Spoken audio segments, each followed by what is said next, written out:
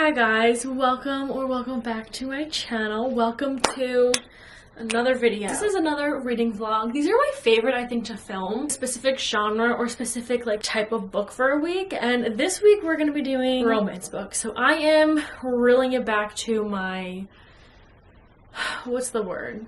My roots. We're back in my roots of what I like to read, what I've started reading with, what has really drawn me into loving books, and that is the genre of romance. I do love to dabble in other ones, but romance is just the top for me. That's what we're doing this week. I'm going to be reading as many romance books as I can. I have a few that I have chosen and picked out from my shelves that I really want to get to, but we'll see how many I can get to by the end of the week. I tried to find ones that were all different kinds of reads. Like I have some young adult, I have some closed door, I have some pretty spicy ones, and we'll see.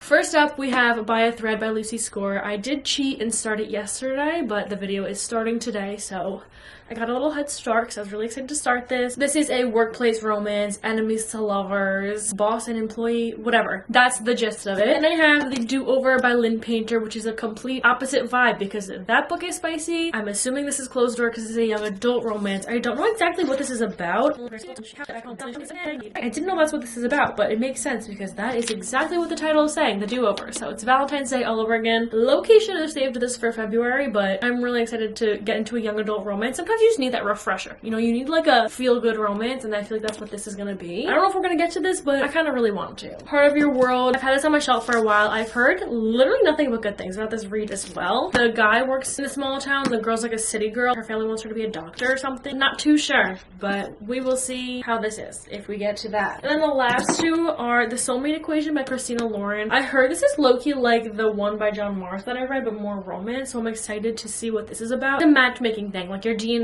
gives you your soulmate, and that's the gist of that. The Flat Share. I've tried to read this 3 times now, so I was thinking that if I read it for a video, it might kind of force me to read it, and maybe I'll like it. Don't know. This is basically about 2 people that share the same flat, but he's there during the day, and she's there like at night. They never like cross paths, is what I'm trying to say. I've gotten 36 pages in, so I've tried to read this 3 times now.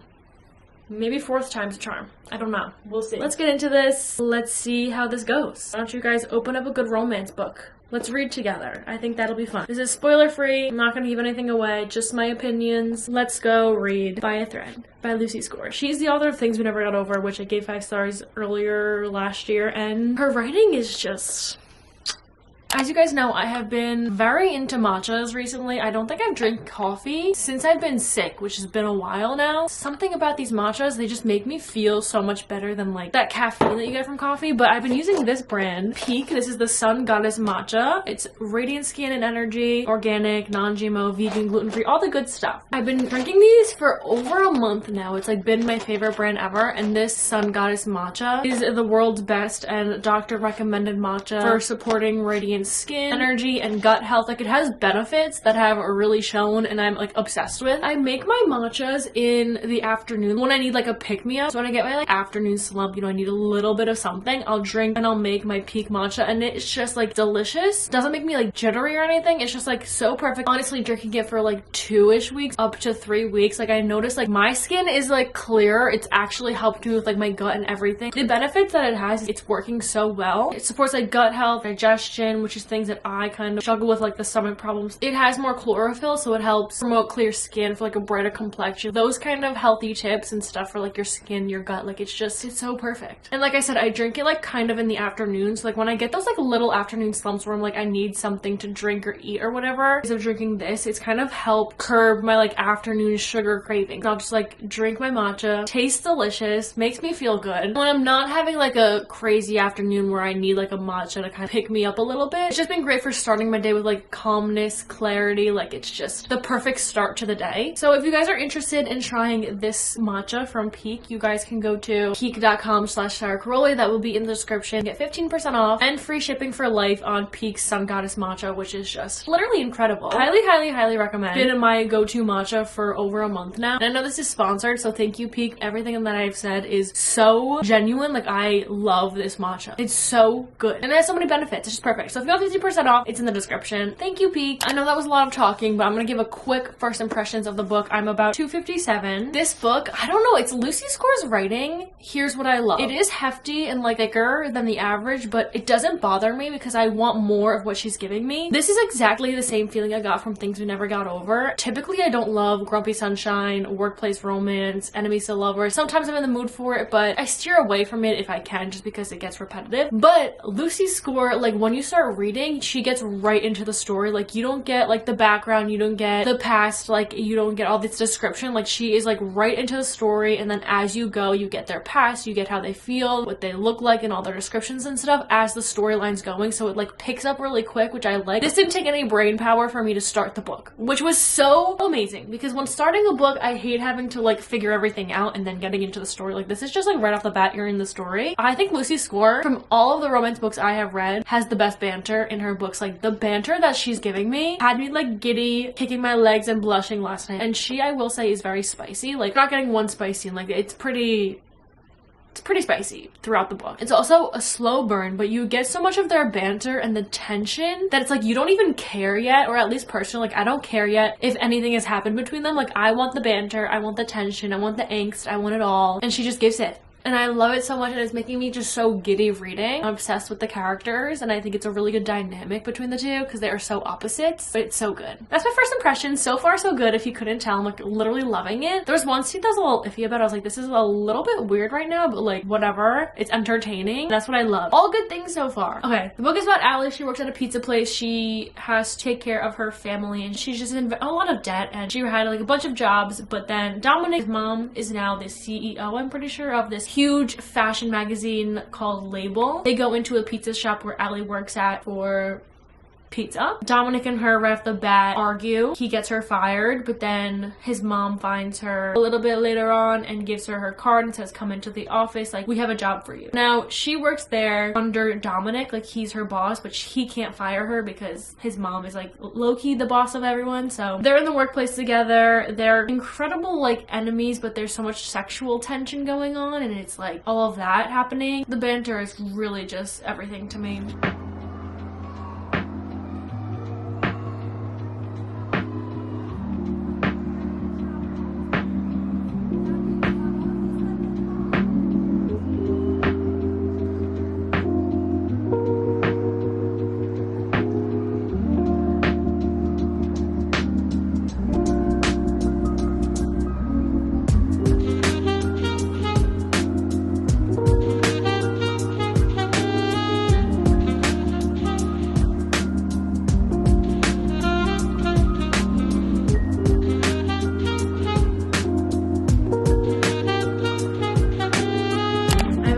Finished By a Thread. Not officially actually, because I have a bonus epilogue in this one, but it's a little long and I'm gonna read that after I talk about it. I don't know what to say. This was like, I wouldn't say a pleasant surprise of how I felt about this book, because I read Things We Never Got Over by her, like I said, and I was like obsessed with it. I gave it 5 stars, and I got the same feeling with this one. I was saying before about Lucy Score's writing, just so good. I love in romance books more dialogue than descriptions, and she gives that. And I also love that she has so many side minor characters, but they become such a big part of the story. And I really love that because I feel like it gives more to the story than just being a whole 500-page book about 2 people. Like you get more people and more storylines, and I loved it. I feel like seeing the 500-ish pages is really scary, especially for like a romance, because it's like how much can you really put in it? But she does such a good job with all these different storylines, and like I feel like the first half of it was a lot of tension, and all that tension growing. Like they didn't even kiss until like over 300 pages in, and that for me would have not been a turn off in a book, but like kind of like annoyed me a little bit. Like I've read other slow burn books that I just like didn't feel a connection. I was like,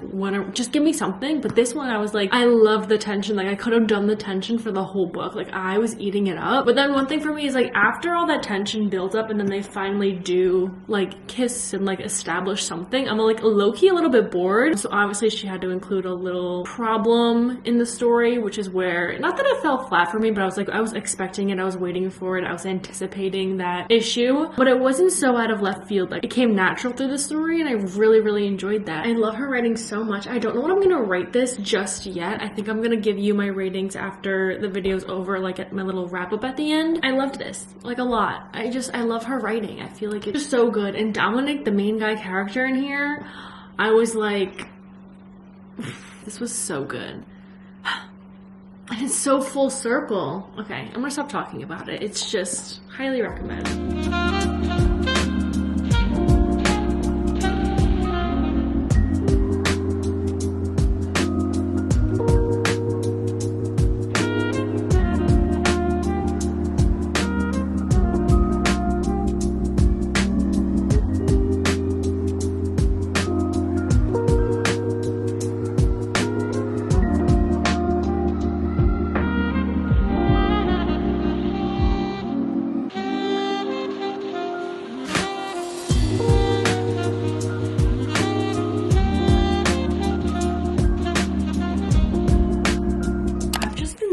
Reading. I'm 61 pages in. I'm loving this. I didn't know exactly what it was about, but from the gist of it, now I could say that it started with her driving home from a funeral and she got stuck in a ditch. I don't know it's him, but he like helps her out of it, and it's a really small town she's like stumbled upon. And then they have this cute interaction that was really cute. I love these banter in these books that I've been reading is really good. I'm literally like smiling at it. They end up meeting and whatever, and she is part of a family who's all doctors who's been working in the same hospital for like over 100 years. So she has kind of that job to stay in the family line, stay as a doctor. And she just broke up with her boyfriend of 7 years. She works with him. That's her story. He lives in a really small town and he's always lived there. And they're just like complete opposites. And the kicker is she's gonna be 38 and he's 28. So it's age gap, but like opposite. I've never read an age gap where the girl main character is older. I love that. But this guy is giving like It Happened One Summer Brendan vibes, and she's like low-key giving this, it's like that type. Like she has family money, low-key same vibes. But this story is also one that kind of just went right into it, and the dialogue is there. Like it's not too much descriptions, like we kind of just went into the story, and like there's a lot of talking. I like when there's a lot of talking in books. So far so good. Having a great time with this one. I decided to do a halfway update. I'm about 163 pages in. I'm getting ready to go out, but like I can't stop reading and I'm just eating it up. It's not like the most compelling deep story ever. Like it's just so, what's the word? I don't know. It's just like an easy story. I don't know. There's nothing really crazy that's like the situations that happens. It's like little things go on, and it's also like their lives are so different and so separate. Like they can't like figure out a way to mesh them, and they're kind of just like doing this as like a lighthearted fling, like nothing crazy. And I'm assuming they end up catching feelings, which hasn't happened yet, but I love Daniel. He's just so like sweet. And don't get me wrong, I love a good, not my favorite trope, but like grumpy men when they're described to be like really attractive and big and like brooding, like those characters. I do love me a good character like that, but I love a Daniel that's like golden retriever energy, but like really attractive. Kind of like funny, and the banter is upbeat and trying to make her laugh and stuff, rather than like the grumpy where that banter is like tension banter. This one's like there's a difference, and I'm really enjoying this one. I don't know what I'm saying. I don't know if anything's making sense, but I'm loving it. Excited to see where this goes. I have a feeling I know how the story is gonna unfold and like wrap up, but it's fine if it's predictable because I'm just enjoying it as it goes. There's so much dialogue and banter, and then also like other characters. I don't know. It's going very well. Goodbye.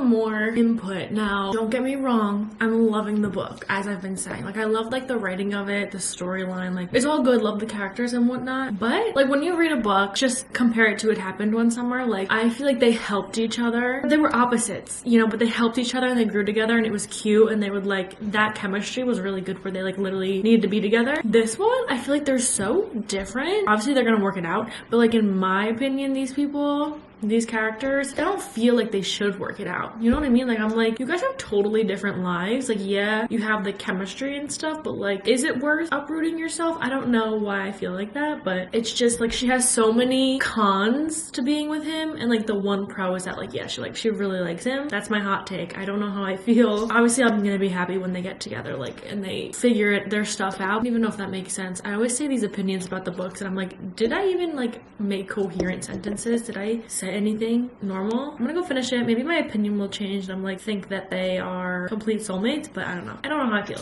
So far it's just like cute chemistry and they're not like meshing well, you know? I don't know. We'll see.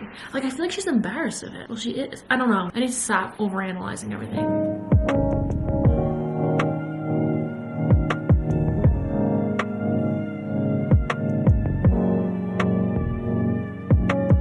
Just finished. I loved the beginning of it, of them like trying to figure out if it's a fling, getting to know each other, and just like lighthearted banter and stuff like that. Before the end of it, like quarter of the way, I feel like he would just like prioritize her so hard and like he was so all in. She just like couldn't reciprocate yet. She wasn't there yet, you know? I also feel like this is pretty closed door. Like yeah, I talked about them doing stuff, but not in detail at all. Less of like the romance type. I feel like there's a lot of talk about like her family and her figuring what she's gonna do out and like less of the romance, which was not what I was expecting. And then the end was like really good. I liked the ending. I liked how it wrapped up and how they figured it out, because I was trying to figure out like how is this gonna end up happy ending, like what's gonna happen. But I really liked the way that it did end. It was good. The writing was great. I liked the storyline. Was definitely different because he was like the small town, she was like the one with all the money and stuff. Like the roles were kind of switched, which I enjoyed because he was very vulnerable. Loved that. I can see why so many people like have raved about this book.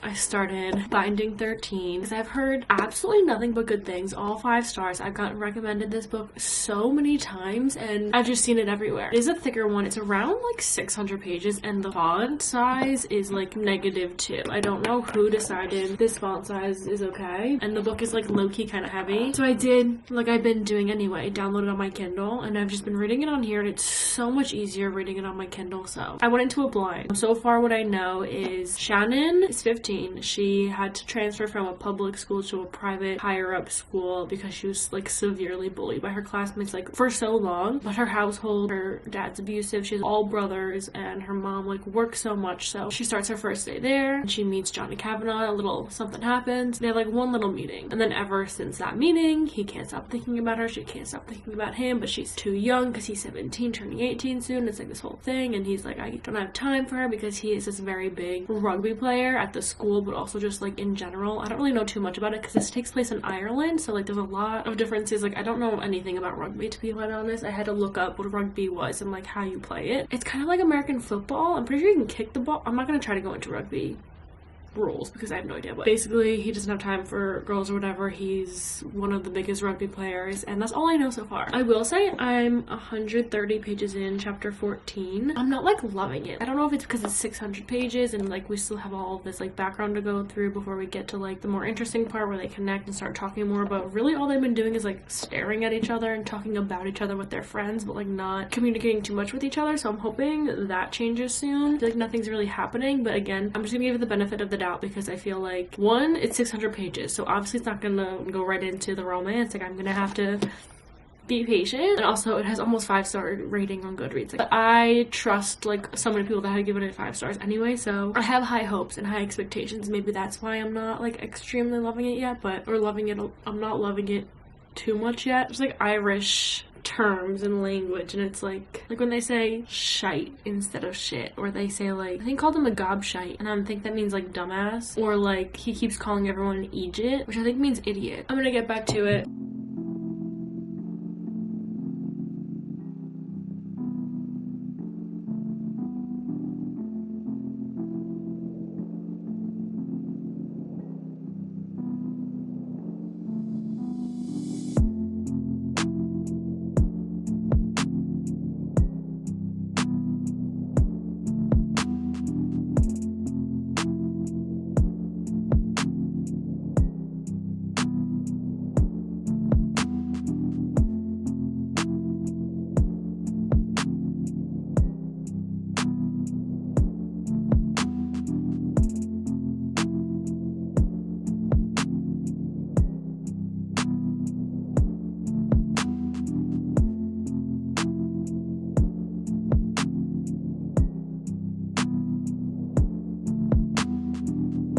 before I finish, I have like under 100 pages left. Is it me? Am I the problem here? I just like, I'm trying so hard to like love it. Every time the two of them, Johnny and Shannon, have a conversation, I just want to like shake them. Use your words. It's like painful listening to them talk to each other. It's either Johnny having to stand up for her and be like that alpha male, which is amazing.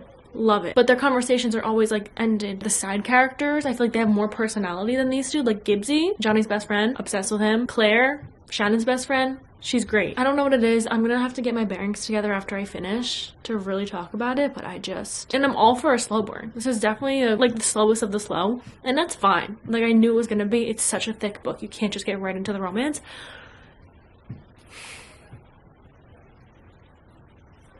I needed to rant a little bit. I'll come back with like my final thoughts, but I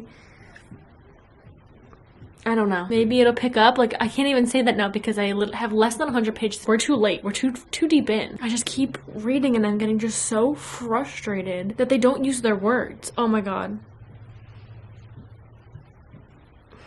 And there's some like really sweet parts, but the sweet parts are when they're not together. The way Johnny like thinks about her when he's not even with her, and then her when she's not with him, but like when they're in the same scene together, which doesn't happen too often, honestly. There's a lot of scenes where they're not together. It's like they can't express any words. I needed to let that one out because I was getting like so tense. Also, I saw on Goodreads this book is like 800 something pages, and I knew the font was way too small. Like, just make it normal font and make this book 800 pages. Don't make it like -2 font and make it like under 600 pages, you know? My poor eyes. This is how much I have left. Gotta go finish it now.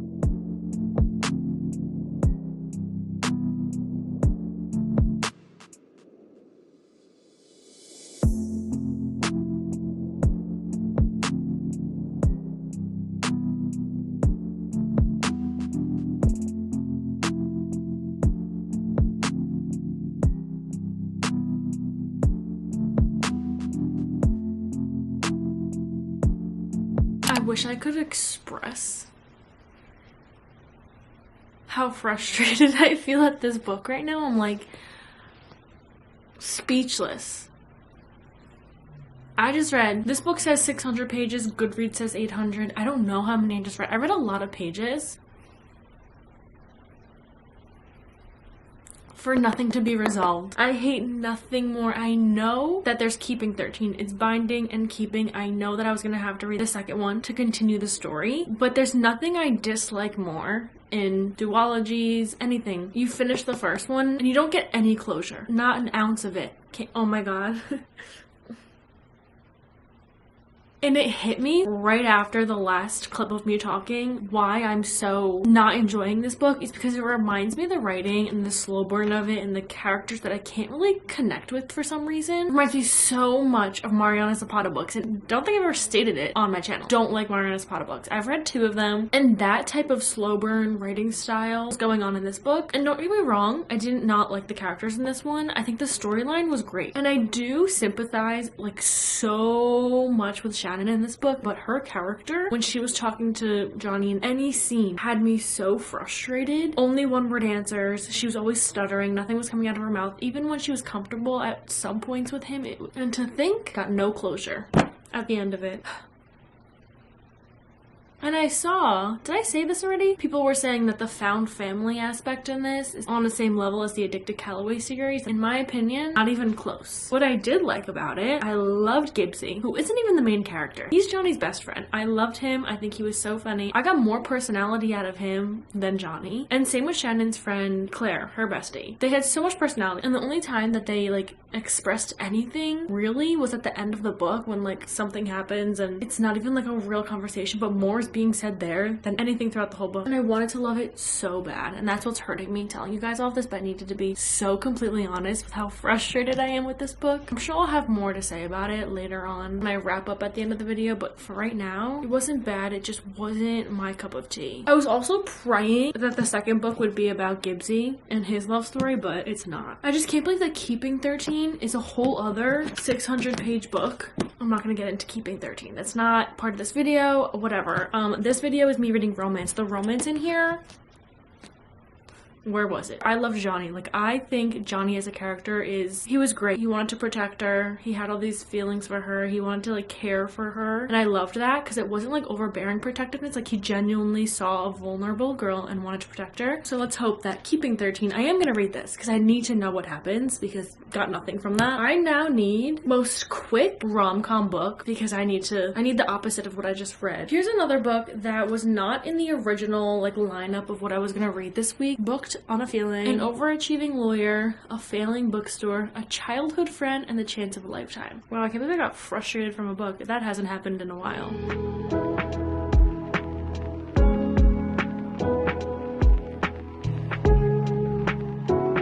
Update. I had a few errands to run today, so I downloaded the book on Audible and I've been listening to it while I'm driving around. I read like 4 chapters last night. I'm on chapter 6 right now. The chapters are like pretty lengthy. I'm 93 pages in and it's pretty cute. I mean, it's nothing crazy. The main girl character's a lawyer and she just took time off from work and she's spending 3 weeks in the town that her lifelong childhood best friend is living in. She's renting above a bookstore, which is really cute. There's a lot of book talking in it and I love that. But it's cute because you get both of their point of views. It's third person, but like you get kind of their point of views like that. And in Jack's point of view, the main guy character, even from the beginning, like you can tell his feelings for her and how much he like likes her a lot for years and like decades at this point. And he just feels like he's so in the best friend zone. And you can see in her point of view that she thinks he's attractive. Yeah, it's really cute. Nothing crazy's happening. She kind of just got there and they're hanging out, all that kind of stuff. And I guess they're just gonna have to figure out what's going on. It gets a little boring, but like it's cute. It's exactly what I expected it to be. I'm at Barnes & Noble,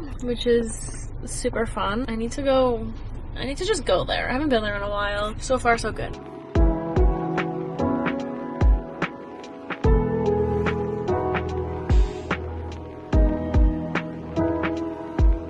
Okay guys, it's been a few days since I finished Booked on a Feeling. I just haven't given my wrap up or literally any opinions on the book other than what I said before. I'm gonna give you guys my ratings and my final opinions. For Booked on a Feeling, I ended up giving this 3 stars. I honestly found out while I was reading it that it's part of a series and this is the 3rd in the series. So that's honestly my fault for some of the things that I didn't love about it, which one of them was that they were childhood like best friends and they would always bring up how they were friends for 20 years. You don't get a lot into like their past being best friends. Like you only get like the present and how they feel now. I kind of wished we got more in their past and like how they were, because childhood friends and lovers or just like friends when they were like younger to lovers eventually, it's like my favorite trope or like one of my favorites. So I like seeing that part. Like I like seeing the past. The first 2 aren't about these 2, they're about characters in this world. So I don't know if we would have gotten too much about these 2 in their past, but I feel like we would have gotten a little more insight. So, but you don't need to read the first 2 to read this and enjoy this and like this. It's really cute because she goes to the small town and spends 3 weeks with Jack. They try to figure out, are they friends? Are they going to stay best friends? Or do they want to ruin it? And it takes place at a bookstore, which is just the perfect setting. They're like fixing up a bookstore. There's a lot of talk about books and the whole setting and the atmosphere is just so cute. I liked it. It just wasn't amazing, you know, but it was really cute. We'll go back to the beginning of the video with By a Thread. I ended up giving this 5 stars because I was thinking about it and I was gonna give it 4.5, and then I was thinking about Things We Never Got Over and how I like this one better than Things We Never Got Over, and I got that 5 stars. So I was like, why am I being picky right now? I loved this book. Why do I need to nitpick it? If you like banter that is just so incredible and a storyline that is so entertaining, you'll love this. Even if you don't like Grumpy Sunshine Workplace, like highly recommend this. It's so good. I think I'm like Lucy Score's new like mega fan. Like I'm obsessed with her writing. This is just, it was so good. I can't stop thinking about it, and just the way it was written is everything that I love. I loved it. Okay.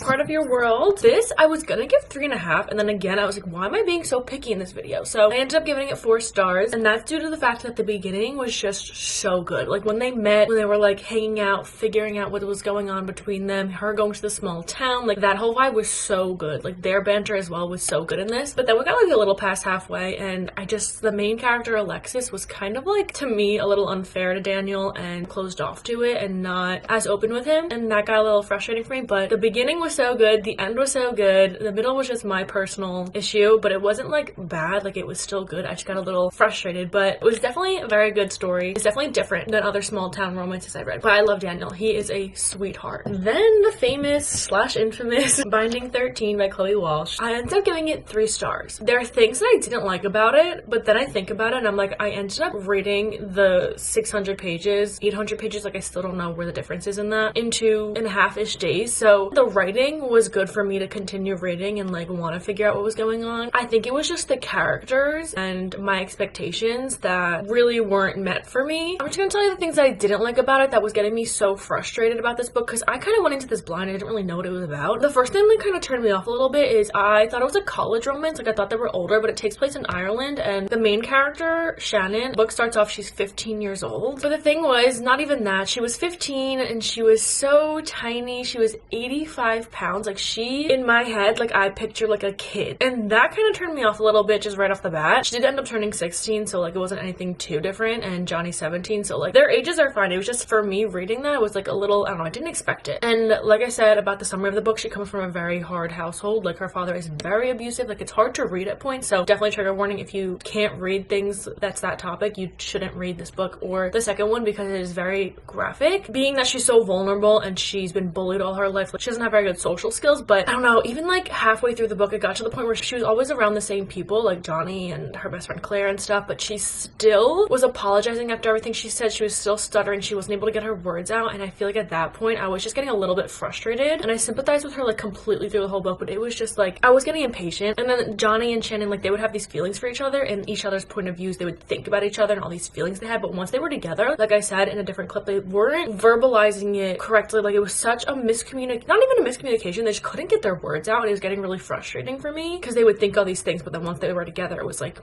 they couldn't say it. And there was a few other things, I don't know, that I didn't really like. The book was so long, and the end of it, there's no closure. Like, don't think you're gonna be able to just read Binding 13 and the ending will be secure. Like, no, you need to go into Paping 13. Like, there's no way you can read the first one. I mean, unless you just clearly hated it and don't really care about the second one, but I needed to read the second one because I had no closure and I got so frustrated. A lot of people are saying there's a found family in here, but in my opinion, the first book, there was no true found family yet. I'm almost halfway in the second one, and found family, definitely in the second one. This one though, I didn't get any of that. I didn't get the connection between the two of them. I didn't get the chemistry, the relationship. I feel like he just wanted to protect her because she was so vulnerable and he saw that she came from the household, but that's my opinion. But again, like, it wasn't so bad. There were just some parts of it that I was just like, and Johnny's best friend Gibbsy, I wish he was the main character. He had so much personality. I really liked him. But the second one, I will say, just for the sake of it, I did start it. Again, like I said, I'm almost halfway and it is really good. A million times better than this one. I don't know if it's worth reading this one to get to the second one. Like, the second one is still depressing. Johnny and Shannon are finally communicating and Shannon can speak better, and it's definitely better dynamic in the second one. This one, I don't know. I didn't really see the hype that everyone's giving it. I personally don't think I would recommend this or the second one to anyone. This was a whirlwind of books that I've read for this video. They are all 4 of them different romances, different chemistry and characters, and it's so crazy how romance being its own genre has so many books that are just so different, and each character, it feels like a real person. They're all real different people, which is so crazy and so fun. But this was fun because I got a 5-star read. I finally read a really hyped up book, a few hyped up books, and I love romance. Romance is my favorite genre. I will never steer away from it. And yeah, I'm happy that I got to these books. Thank you guys so much for watching. I hope you enjoyed. Let me know any other I read this for a week. I've done thrillers, romance, can't remember right now, but these are like my favorite to film. So let me know if you have any other genres or type of books that I should do. I hope you enjoyed. Let me know if you did. Let me know if you read these books, your opinions and stuff. Sorry if you're a Binding 13 mega stan. I just didn't love it. The second one's a little bit better though, so we'll see about that. Thank you guys for watching, and I will see you hopefully in the next one. Bye!